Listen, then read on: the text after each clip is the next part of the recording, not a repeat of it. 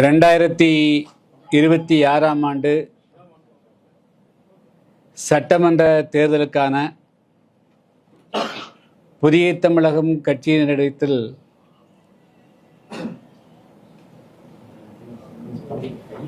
போட்டியிடக்கூடிய விருப்பமுள்ளத்தில் மனுக்களை பெற்று கடந்த 2 நாட்களாக 21 மாவட்டத்தை சார்ந்த 300க்கும் மேற்பட்ட புதிய தமிழகம் கட்சியினுடைய நிர்வாகிகளுடன் நேர்காணல் நடைபெற்றிருக்கிறது. நேற்று 6 மாவட்டங்களிலும் இன்று 15 மாவட்ட நிர்வாகிகளிடத்திலும் இந்த நேர்காணல் நடைபெற்றிருக்கிறது. இந்த 2 நாள் நேர்காணலில் ஏறக்குறைய 60 மிக முக்கியமான பொது தொகுதிகள் மற்றும் ரிசர்வ் தொகுதிகளை அடையாளம் கண்டு அதில் போட்டியிடுவதற்கு உண்டான தகுதியான வேட்பாளர்கள் தேர்வு செய்யப்பட்டிருக்கிறார்கள்.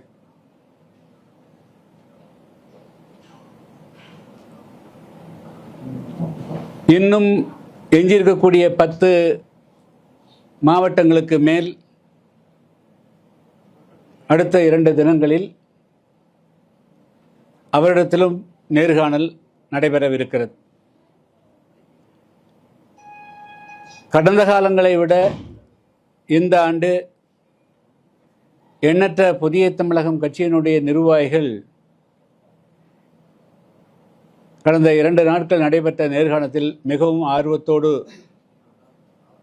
கலந்து கொண்டிருக்கிறார்கள். 2026ஆம் ஆண்டு சட்டமன்ற தேர்தலை பொறுத்தமட்டிலும் புதிய தமிழகம் கட்சி தமிழ்நாட்டில் ஒரு நல்லாட்சி அமைவதற்கு, தமிழ்நாட்டில் ஆட்சியிலும் அதிகாரத்திலும் பங்கு என்ற முழக்கத்தோடு கூட்டணி ஆட்சி அமைய வேண்டும், அதற்காக புதிய தமிழகம் கட்சி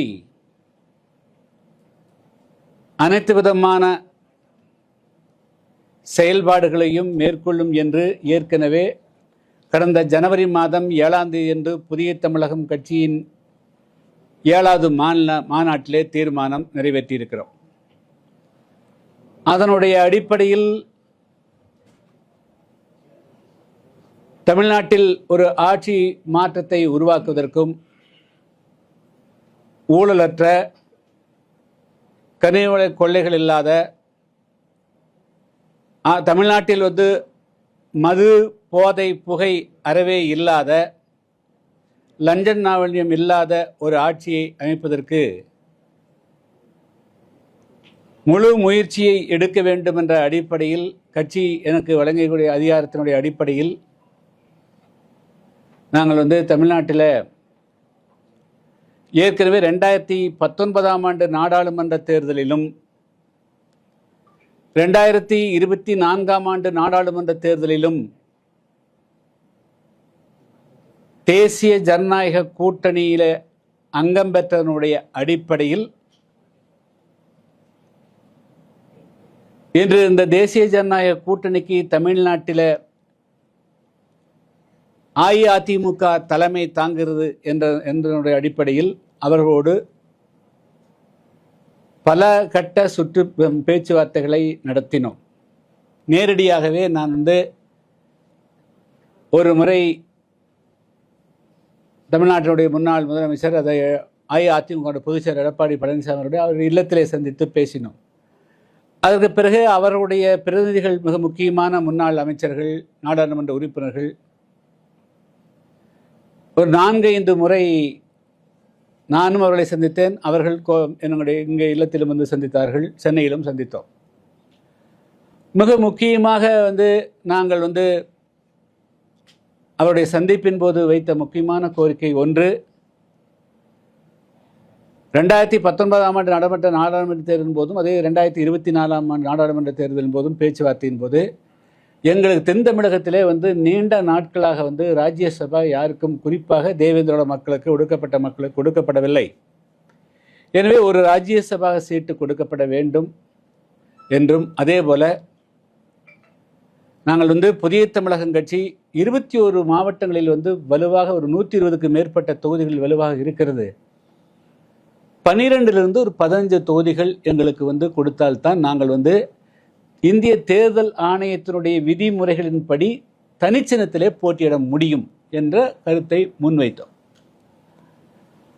அவர்கள் 12, 15 எல்லாம் முடியாது, 12 முடியாது என்று சொன்னார்கள்.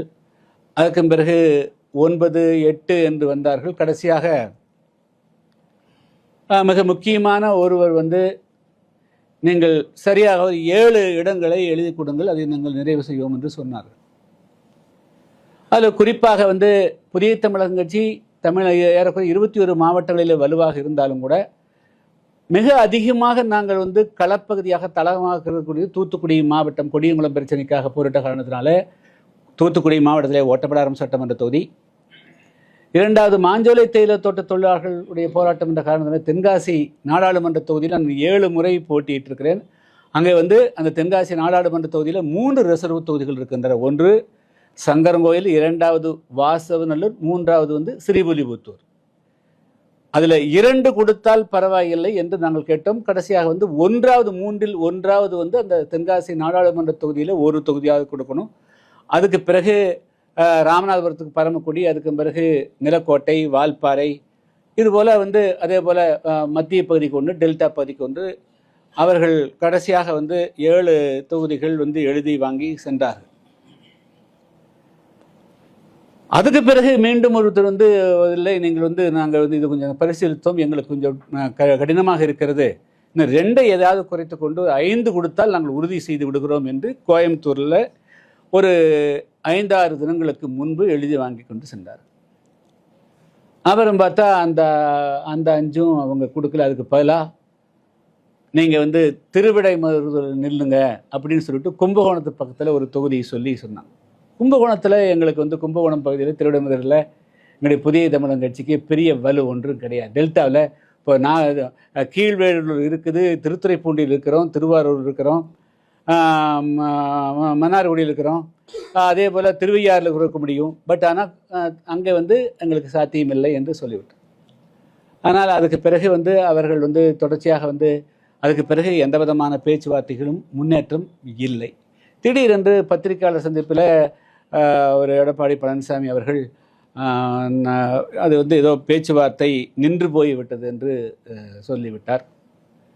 நாங்கள் எனவே புதிய தமிழகம் கட்சி உங்களுக்கு தெரியும், புதிய தமிழகம் கட்சி நாங்கள் 2019 தேசிய ஜனநாயக கூட்டணியில் இருந்தோம், 2024 இருந்தோம். பொதுவாக இந்த ரிசர்வ் தொகுதிகளில் பெரிய கட்சி இருக்கக்கூடியவர்கள் தேர்ந்தெடுத்து சென்று அவர்கள் இந்த ஒடுக்கப்பட்ட மக்களுக்கு என்ன நோக்கத்திற்காக இந்திய அரசியல் சாசனத்திலேயே அந்த தொகுதிகள் ஒதுக்கப்பட்டதோ அந்த நோக்கத்தை நிறைவேற்றக்கூடியவர்கள் அந்த கடமை ஆற்றாத காரணத்தினால்தான் பல பிரச்சனைகள் தமிழ்நாட்டில் இருக்கிறது. எனவே இந்த ரிசர்வ் தொகுதிகளையாவது அதுக்காக உருவான அமைப்புகளுடைய பிரதிநிதிகள் எங்களை போன்றவர்கள் நிற்பது மூலமாக அந்த பிரச்சனைகள் சட்டமன்றத்தில் முறையாக எடுத்து வைக்கப்படும் அப்படிங்கிறதுக்காகத்தான் நாங்கள் இந்த ரிசர்வ் தொகுதிகளில் அதிகமாக கேட்டோம். பொது தொகுதியும் கூட ஒன்று கேட்டோம், திருநெல்வேலியும் கூட கேட்டோம். அந்த அடிப்படையில் தான் ஒரு குறைஞ்சபட்ச கடைசியாக 7 மாவட்டத்துக்கு 7ங்கிறது கேட்டோம். இப்போ என்ன அது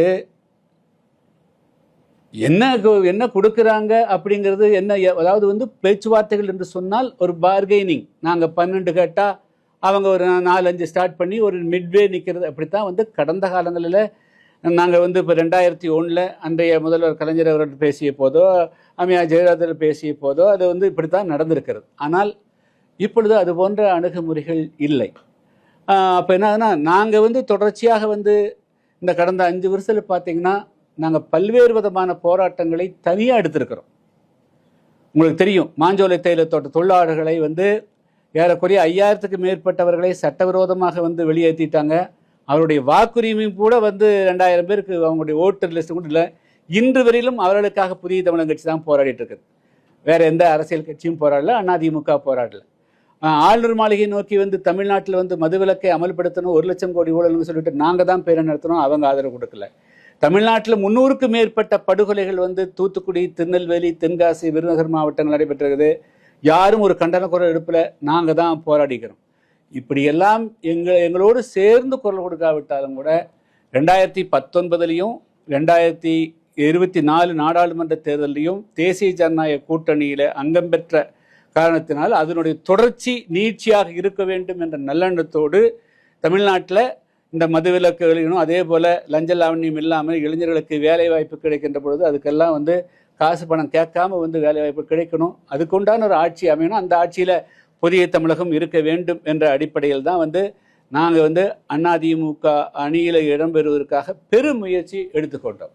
ஆனால் அவர்களுடைய அந்த அணுகுமுறை கடைசியில் வந்து நாங்கள் கேட்டது என்ன, அவங்க கொடுக்க வந்து என்னன்னு கூட வெளியே சொல்லாமல் நின்று போட்டுன்னு சொன்னது தமிழ்நாட்டில் ஒரு ஏறக்குறைய தமிழ்நாட்டில் கூடிய ஒட்டுமொத்த இன்னைக்கு இருக்கக்கூடிய தேவேந்திர உழைப்பாளர்கள், ஆதிரம் என்று அழைக்கப்படக்கூடிய மக்கள், ஒட்டுமொத்த இந்த விளிம்பு நிலைய மக்களே வந்து மிகப்பெரிய அளவுக்கு வந்து மன உளைச்சலுக்கு ஆளாகிறாங்க. அவங்க அவமரியாதை செய்யப்பட்டதாக கருதுகிறாங்க. அந்த மக்களை வந்து அதிமுக வந்து புறக்கணித்து விட்டதாகவே வந்து மிகப்பெரிய அளவுக்கு கொந்தளிப்பு ஏற்பட்டிருக்கிறது. எனவே எல்லா பொறுப்பாளர்களுமே வந்து மாவட்ட செயலாளர்கள் எல்லாருமே வந்து இனிமேலும் நம்முடைய வலுவை காண்பிக்காமல் இருக்கக்கூடாது, நாம் தனித்து போட்டியிடுவதற்கும் நம்மை ஆயத்தப்படுத்திக் கொள்ள வேண்டும் என்று எங்களுடைய நிர்வாகிகள் கேட்டுக்கொண்ட இணங்கத்தான் வந்து கடந்த 2 நாட்களாக வந்து எல்லா நிர்வாகிகளிடத்திலும் மனுக்களை பெற்று நாங்கள் வந்து அவர்கள் நேர்காணல் பண்ணி இப்போ 60-70 தொகுதிக்கு வந்து நாங்கள் தேர்வு செய்து வச்சுருக்கிறோம். நாங்கள் எல்லா விதமான சூழ்நிலைக்கும் நாங்கள் வந்து தயாராகிட்டோம். தேர்தல் களத்தில் நாங்கள் நின்று எங்களுடைய வலுவை காண்பிப்போம்.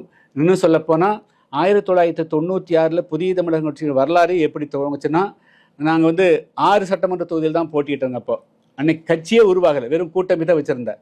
அதில் தனித்து போட்டிட்டு தான் ஓட்டப்படாரத்தில் வெற்றி பெற்றேன். அது சின்னம் தான் வந்து ஏரோட சின்னம், ஜனதா சின்னமே தவிர நான் வந்து அப்போ யாரோடு எந்த கட்சியோடும் கூட்டணி வைக்கல. அதே போல் இப்பொழுது நாங்கள் வந்து தனித்து போட்டியிடக்கூடிய சூழ்நிலை உருவாகி கொண்டிருக்கிறது. அப்படி வந்தால் கூட நாங்கள் 10-12 தொகுதிகளில் நிச்சயமாக புதிய தமிழகம் தனித்து வெற்றி பெறக்கூடிய சூழலும் இருக்கிறது என்பதை இந்த நேரத்தில் தெரிவித்துக் கொள்கிறேன். இன்னும் தனித்து போட்டி அப்படிங்கிற ஒரு உறுதியான முடிவுக்கு வரலையா சார்? இல்லை, அதாவது நாங்கள் வந்து இப்போ நாங்கள் அதுக்குண்டான வேலையெல்லாம் செஞ்சு வச்சுட்டோம். 70 தொகுதிக்கு ஆழமா நேர்காணல் நடத்தி முடிச்சாச்சு. 70 தொகுதி நின்றாலும் அந்த தனித்து போட்டிக்கால 70 தொகுதி தானா? இல்லை, 120 தொகுதியில் நாங்கள் வலுவாக இருக்குதுங்க. இப்போ 21 மாவட்டத்தில் இருக்கக்கூடியவங்க தான் நேர்காணல், 10, 12, 11 மாவட்டத்தில் இருக்கிறாங்க. எல்லாம் கன்ற போது ஒரு 100 தொகுதி வரும். பட் நாங்கள் வந்து அத்தனை தொகுதியில் போட்டிட்டு எங்களுடைய சக்தியை வீணடிக்க விரும்பலை. ஏன்னா பொருளாதாரமெல்லாம் நிறைய தேவைப்படுது. அதனால் வந்து செலக்டடாக ஒரு 60-70 தொகுதி அப்படிங்கிறது எங்களுடைய டார்கெட். அதுக்கு மேலே நாங்கள் கேட்குற சீட்டு வந்து அவங்க கொடுக்க முன் வந்தால் வந்து நாங்கள் இன்னும் புதுசாக ஒன்றும் இல்லை, அது ஏற்கனவே நாங்கள் சொல்லிட்டேன். ஒரு மாவட்டத்துக்கு 1 தென் தமிழகத்தில், ஒரு மாவட்டத்துக்கு 1. இப்போ திருச்சி மாவட்டத்தில் பார்த்தீங்கன்னா 9 சட்டமன்ற தொகுதி இருக்குதுங்க போகுது மொத்த தொகுதி. அது ஒரு தொகுதி தான் நாங்கள் எங்கள் கேட்குறோம். அதே போல் மதுரை மாவட்டத்தில் வந்து 10 தொகுதி இருக்குதுங்க, அதில் ஒரு தொகுதி தான் நாங்கள் கேட்குறோம். இப்போ தூத்துக்குடி மாவட்டத்தில் 6க்கு 1, திருநெல்வேலி, கன்னியாகுமரி, தென்காசி, விருதுநகரில் 15 தொகுதி இருக்குது. அதில் வந்து நாங்கள் வந்து ஒரு தொகுதி தான் கேட்குறோம். ஸோ இப்படி கேட்குற போது எங்களுடைய அது கேட்டால் இன்னும் அது அரசியல் எதுவும் முடிஞ்சு போகுதுன்னு சொல்ல முடியாது. நாங்கள் கேட்ட தொகுதிகளும் கேட்ட எண்ணிக்கையும் கேட்ட இடங்களும் கொடுக்க முன் வந்தால் நாங்கள் வந்து மீண்டும் வந்து அதை பரிசீலிக்க வாய்ப்பு இருக்கிறது. நிர்வாகிகளோடு கலந்து அதை முடிவு செய்வோம். இப்போ அந்த பத்திரிகையாளர் சந்திப்பில் அவர் சொன்னதுக்கு என்ன காரணம் நினைக்கிறீங்கன்னா, கடைசியா என்டிஏ கூட்டத்துல கூட பேனர்ல உங்க போட்டோ வந்து மறைச்சிருந்தாங்க சார். அதெல்லாம் நான் வந்து அவங்க ஏன் அதை எடுத்தாங்கிறதுல எனக்கு தெரியல. நான் என்னுடைய நிலைமை, நாங்கள் வந்து ஃப்ராங்காக இருக்கிறோம், வெளிப்படையாக இருக்கிறோம், எதுவுமே ஹிடன் கிடையாதுங்க. எங்களது வந்து கௌரவமான ஒரு எண்ணிக்கை. நாங்கள் வந்து அதான் சொன்னோம், 12 கேட்டு 10 வந்து 9 வந்து 8 வந்து 7ன்னு எழுதி வாங்கிட்டு போயிட்டாங்க. அதுக்கு பிறகும் நாங்கள் வந்து இது பண்ணோம். அதுபோக எங்களுக்கு தொகுதிகள் வந்து முக்கியமாக நாங்கள் வந்து எங்கே வந்து புதிய தமிழகம் கட்சி வலுவாக இருக்கிறதோ, நாங்கள் வந்து ஒவ்வொரு கிளையும் இருக்கணுமல்ல. நாளைக்கு நான் போட்டியிட்டா ஒரு 80,000 ஓட்டு வாங்கினா குறைஞ்சபட்சம் 40,000 ஓட்டு 45,000 ஓட்டு எங்கள் புதிய தமிழக கட்சியுடைய ஓட்டு இருந்தால் தான் நாங்கள் வந்து கூட்டணி ஓட்டோடு ஜெயிக்க முடியும். நாங்கள் 5,000 ஓட்டு வச்சுட்டு 85,000 ஓட்டு வெளியிருந்து எடுத்து ஜெயிக்க முடியும். அதனால் வந்து நாங்கள் வலுவாக இருக்கக்கூடிய இடம் தூத்துக்குடி மாவட்டம் ஓட்டப்பிடாரம் சட்டமன்ற தொகுதி. அதே போல் திருநெல்வேலி பொது தொகுதியை எடுத்தீங்கன்னா திருநெல்வேலி சட்டமன்ற தொகுதி, இப்போ சங்கரங்கோயில் சட்டம், வாசுதேவநல்லூர், ஸ்ரீவிபுத்தூர், பரமக்குடி, நிலக்கோட்டை. ஸோ இது போன்ற தொகுதிகள். இப்போ அதே போல் வால்பாறையில் நான் வந்து 2001 வால்பாறை நானே நின்றுக்கிறேன். ஸோ எங்களுக்கு நாங்கள் கேட்ட தொகுதிகளும் கேட்ட இடங்களும் கிடைக்கின்ற பொழுது நாங்கள் நிச்சயமாக அதை பரிசீலனை செய்வோம். கடந்த தேர்தல் எல்லாம் மிக குறைவான தொகுதி தான் கொடுத்திருந்தாங்க. நீங்க சொல்ற அந்த கூட்டணியில ஜெயலலிதா இருந்த போது தெரியும். இல்ல அன்று இருந்த சூழ்நிலைகள் வேறுங்க. இல்ல 2014 நாங்கள் 4 தொகுதி போட்டிக்கிறோம். திமுக லார்ஜ் நம்பராக ஒன்றும் இல்லைங்க. ஒவ்வொரு கட்சியினுடைய அதாவது ஒரு கட்சி வந்து வலுவடைஞ்சிருக்கிற போது வந்து அதுக்கு தகுந்த எங்களுடைய பலத்தை கேட்குறோம். நாங்கள் வந்து வெடி 3000 கிராமங்களில் நாங்கள் கொடியேற்றி கட்சியை வந்து 2010-11 இருந்ததை விட இன்னைக்கு 2026 எங்களுடைய கட்சியை வந்து வலுப்படுத்தியிருக்கிறேன். அது எங்களுக்கு மட்டும் லாபம் இல்லை, எங்களோடு சேரக்கூடிய எந்த அணியாக இருந்தாலும் அவர்களுக்கு பலன் இருக்குதுங்க. ஒரு தொகுதி ஒரு மாவட்டத்தை கொடுத்தா 5 தொகுதியில் அவங்க வெற்றி பெறாங்க. 7 தொகுதி இருக்கக்கூடிய விருதுநகர் மாவட்டத்தை எங்களுக்கு 1 கொடுத்தா 6 தொகுதியில் மீண்டும் அவர்கள் வெற்றி பெறாங்க. 10 தொகுதி இருக்கக்கூடியதில் வந்து 1 கொடுத்தா அவங்க 9 தொகுதியில் வெற்றி பெறாங்க. அதனால் நாங்கள் வந்து பெருசாக ஒன்றும் கேட்கல. இருக்கக்கூடிய அது ரிசர்வ் தொகுதிகள் அதை வந்து நீங்கள் கொடுங்க, அதன் மூலமாக அந்த பகுதியில் இருக்கக்கூடிய பல்வேறு பிரச்சனைகள் தீர்வு வரும்னு சொல்றோம். ராஜ்யசபா உறுப்பினர் அப்படின்ற கோரிக்கை விட்டுட்டீங்களா? இல்லை, அது வந்து நாங்கள் வந்து அதுக்கு வந்து நாங்கள் வந்து அது வந்து பின்னாடி பார்க்கலாம்னு சொன்னாங்க. நான் அதை அழுத்தம் கொடுக்கலீங்க. நான் அழைப்பு கொடுக்கலையே. நான் யாருக்கு அழைப்பு கொடுக்கலையே.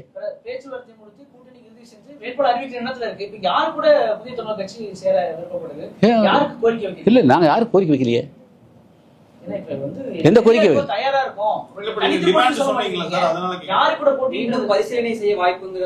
நீங்க கேட்டீங்க?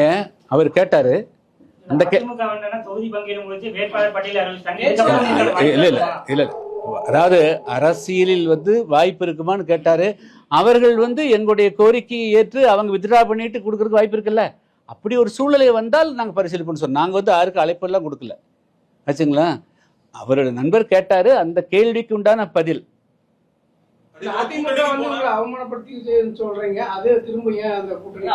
இல்ல அதாவது மக்கள் அவமான புறக்கணு. அதாவது வந்து நாங்க வந்து வெளியிருந்து உள்ள போகல. நாங்க ஏற்கனவே 2019 அந்த கூட்டணியில் இருந்தோம். 2026 2 வருஷத்துக்கு முன் நாடாளுமன்ற தேர்தல் தென்காசி நாடாளுமன்றத்தில் போட்டியிட்டோம். அதனுடைய தொடர்ச்சியாகத்தான் அந்த கூட்டணியில் பங்கு பெற வந்து எல்லாருமே அப்படித்தான் நினைப்பாங்க. யாரும் நாங்கள் மற்றவங்ககிட்ட எல்லாத்துக்கிட்டையும் பேசிட்டு இருக்கலையே. நாங்கள் இவங்களோட தானே பேச்சை நடத்தினோம்.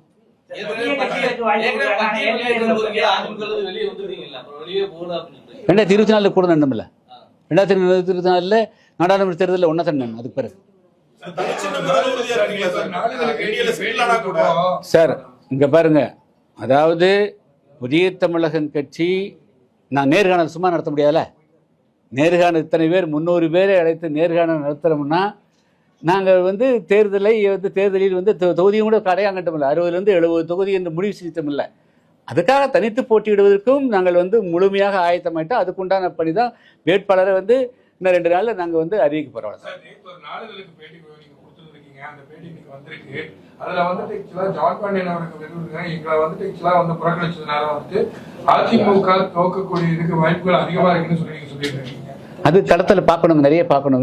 இனிமேல் தானே சொல்லணும். இப்போ வந்து நாங்கள் அதாவது வந்து அந்த பேட்டியே வந்துட்டு நீங்க இந்த பேப்பர்ல வந்திருக்கு. இல்லை இதில் வந்து அதாவது வந்து ஒவ்வொரு கட்சியும் வந்து அது கூட்டணியில் எதுக்காக கூட்டணி சேர்றாங்க, அந்த கட்சியினுடைய ஓட்டு பலத்தின் மூலமாக வெற்றி பெறணும். அப்போ ஒரு பெரும்பான்மையான மக்கள் ஒரு தொகுதிக்கு, சட்டமன்ற தொகுதிக்கு குறைந்தபட்சம் 30,000 60,000 70,000 வாக்கு இருக்கக்கூடிய ஒரு பின்பற்றக்கூடிய ஒரு சமுதாயத்தை புறக்கணிச்சுன்னா அது பாதிப்பு வருமா வராதா?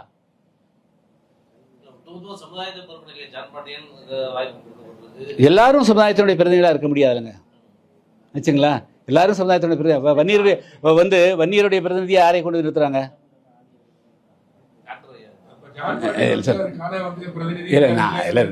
நாங்க அதுக்குள்ள வரல. அது சின்ன மேட்டர், அதை விட்டுருங்க.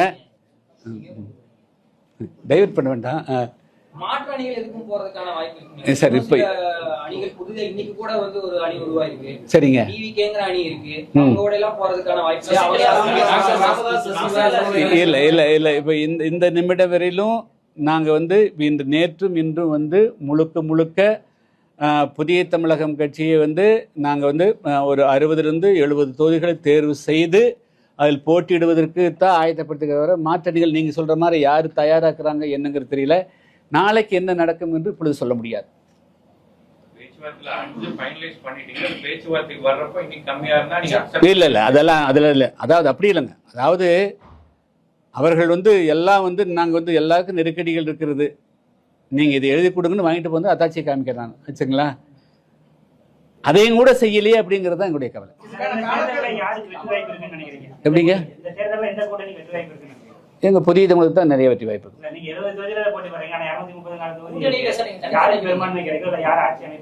இல்லை. அது நாடாளுமன்ற தேர்தலையே 30 எம்பிக்கள் 20 எம்பிக்கள் இருந்தவங்க எல்லாம் வெற்றி பெற்று ஆட்சி அமைச்சிருக்கிறாங்கல்ல. அதனால் நாங்கள் 60-70 போட்டாலே தமிழ்நாட்டில் ஆட்சி பிடிக்கணுங்கிறத, ஆட்சியில் பங்குகிறதானே. அதனால நாங்களே வெற்றி பெறுவோம். நான் தான் சொன்னேன், தனித்து வெற்றி பெறக்கூடிய வாய்ப்புகள் எங்களுக்கு அதிகமா இருக்கு. எப்படிங்க? இல்லை, நான் அதெல்லாம் இப்போ சொல்லக்கூடிய நேரம் இல்லைங்க. இன்னைக்கு இருக்கிற கள நிலவரத்தில் நாங்கள் இன்றைய சூழலில் புதிய தமிழகம் கட்சியினுடைய மாவட்ட நிர்வாகிகள், ஒன்றிய நிர்வாகிகளுடைய உணர்வுகளை வெளிப்படுத்தக்கூடிய வகையில் ஒரு 10 ஆண்டு காலம் அவங்களோடு பயணித்த பிறகு ஒரு சில இடங்களை கூட விட்டு தருவதற்கு ஒரு பெருந்தன்மை, ஒரு தாய் உள்ளம் இல்லாத ஒரு நிலையில் ஒரு ஒட்டுமொத்த சமுதாயம் தேவேந்திர மக்கள் புறக்கணிக்கப்பட்டிருக்கூடிய நிலையை பிரதிபலிக்கக்கூடிய வகையில் இந்த நிலையை எடுத்திருக்கிறோம். அவ்வளோதான் சொல்ல முடியும். 117 தொகுதிகள் இருந்தால் தான் ஆட்சி அமைக்க முடியும். நீங்க 60-70 தொகுதிகள் தான் எப்படி ஆட்சி அமைக்க முடியும்? எப்படி நீங்க தான் வலுவா இருக்கீங்க.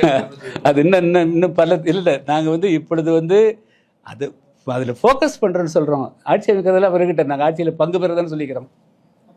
இல்ல, ஆட்சியே நாங்கள் இல்லை. ஆட்சி தேர்தல் பங்கு பெறும்போது பல பேர் சேர்ந்து ஆட்சி தேர்தலில் பங்கு பெற முடியும். நாங்கள் மட்டுமே யாரும் தனி ஆட்சின்னு என்னைக்கு சொல்லவே இல்லையே. தமிழ்நாட்டில் என்றுமே, அதாவது எங்களுடைய கொள்கையை பொறுத்த மட்டிலும் 5 எம்எல்ஏ இருந்தாலும் 2 எம்எல்ஏ இருந்தாலும் ஒரு தனி சமுதாயத்தினுடைய பிரதிநிதிகளாக அல்லது அவங்களுடைய கொள்கையோடு இருந்தால் அவர்களை அமைச்சரவையில் சேர்க்கணும், ஆட்சியில பங்கு கொடுக்கணுங்கிறது தான் எங்களுடைய கொள்கை. அதனால எண்ணிக்கையில தீர்மானிக்கூடியதுங்க. அதிமுக ஆட்சியில் பங்கு அப்படின்ற உங்களுடைய தீர்மானத்தை அதிமுக ஏத்துக்கணும், பங்கு கொடுக்கணும்னு நம்புறீங்களா நீங்க? முதல்ல சீட்டு கொடுக்க சொல்லுங்க. எப்படிங்க? நான் அப்படிலாம் யாரும் காலக்கெடு அது மாதிரிலாம் எந்த கட்சிக்கு நான் காலக்கெடு கொடுக்கல. அதையும் எதிர்பார்த்துட்டு இல்லை. நாங்கள் தனித்து களங்காண்பதற்கு எங்களை முழுமையாக ஆயத்தப்படுத்தி கொண்டோம். தனித்து களங்காணும் போது எதை முன்னிறுத்தி தேர்தல் நிறைய விஷயங்கள் இருக்குதுங்க. நாங்கள் நான் கடந்த 2 பிரஸ் மீட்டுக்கு முன்னாடியே எங்கள் மாநாட்டில் நாங்கள் சொன்னது, தமிழ்நாட்டுக்கு ஒரு சுவிட்ச் வரணும், ஈக்குவாலிட்டி அண்ட் ஈக்விட்டி அண்ட், அதாவது ஒரு அனைவருக்கும் சமமான நீதியை வழங்கக்கூடிய அரசை கொண்டு வரணுங்கிறது தான் எங்களுடைய ஆரம்பகால கொள்கை. ஈக்குவாலிட்டி அண்ட் ஈக்விட்டி, எல்லாருக்கும் எல்லாம் சமமாக கொடுக்கணும், எந்த விதமான பாகுபாடு இருக்கக்கூடாதுங்கிறது தான் எங்களுடைய கொள்கை. அந்த கொள்கையை உருவாக்கக்கூடிய அரசாக இருக்கணும். அது நாங்கள் தனிப்பட்ட முறையில் சொல்ல, ஆட்சி அதிகாரத்தில் எல்லோரும் பங்கு பெற்றால் தான் இந்த மாதிரி சாத்தியமாகும். தேசிய ஜனநாயக கூட்டணியில் டிடிவி தினகரன் நேரடியாக பாஜகவோட பேசி சீட்டு வாங்கிக்கிறது. நீங்க அதிமுக போய் கேட்ட போல பாஜக போய் கேட்டுக்கலாமா? இல்லை, அப்படி இல்லைங்க. நாங்கள் 2024 அதிமுகவோடு பயணித்தோம். 2024 பிஜேபி தனி அணியாக இருந்தாங்க. நான் ஜம்ப் பண்ணி எல்லாம் போகணுங்கிற அவசியம் இல்லை. ஆச்சா, இங்கே தலைமையே அதிமுக இருக்கிற போது நான் மீண்டும் ஒரு சீட்டுக்காக போகணுங்கிற அவசியம் இல்லை. ஆச்சா, சீட்டு கொடுக்குறவங்களும் இங்கே இருக்கிறாங்கல்ல, அதனால் நான் எதுக்கு அது தேவையில்லாமல் போகணும், அது அவசியம் இல்லை. நாம் இங்கே இவங்க தானே எல்லாருக்குமே கொடுக்குறாங்க.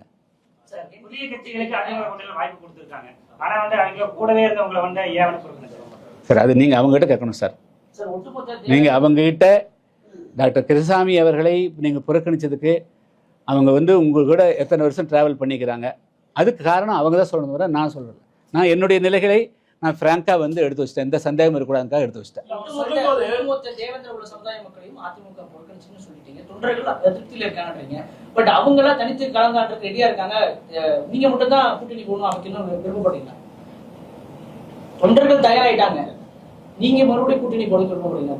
இல்லை, நான் அப்படி சொல்லலையே.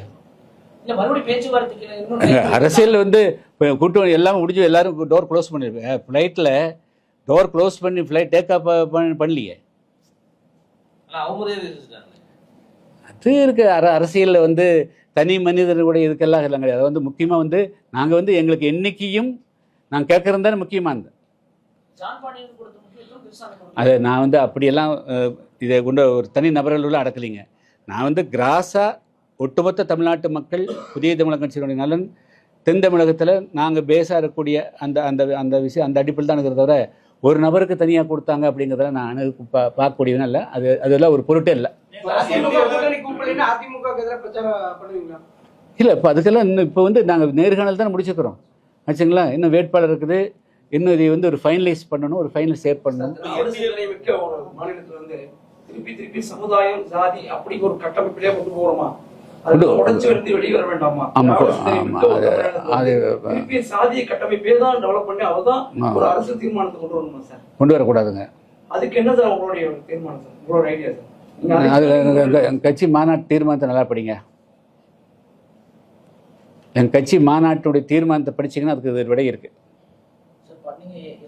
வெளியே வரணுன்றது உங்களுடைய தீர்மானம் முக்கிய பிரதானமா இருந்துச்சு. அதை வரைக்கும் நீங்க நாடாளுமன்றத்தில் எங்கேயில கூட்டணி வச்சீங்க, அமித்ஷா வாக்கு அவுட் கொடுத்துருந்தாரு.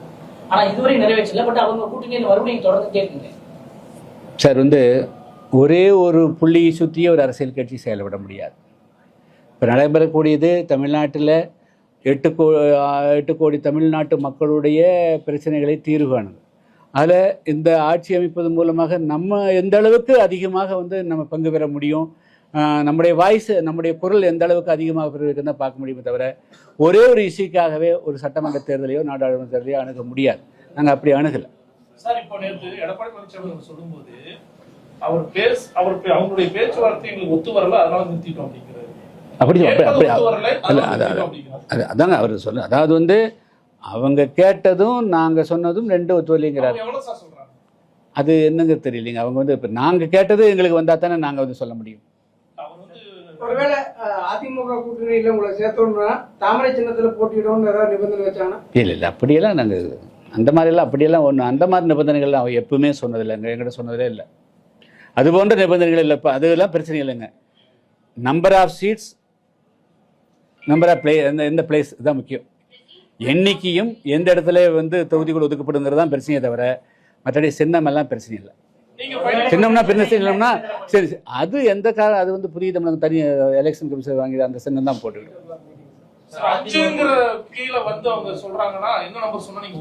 இல்லை, அது எல்லாம் இல்லை. நாங்கள் அது ஃபைனலைஸ் பண்ணிட்டோம். நாங்கள் அதை ஃபைனலைஸ் பண்ணி கொடுத்துட்டோம். அவங்களே வாங்கிட்டு போயிட்டாங்க.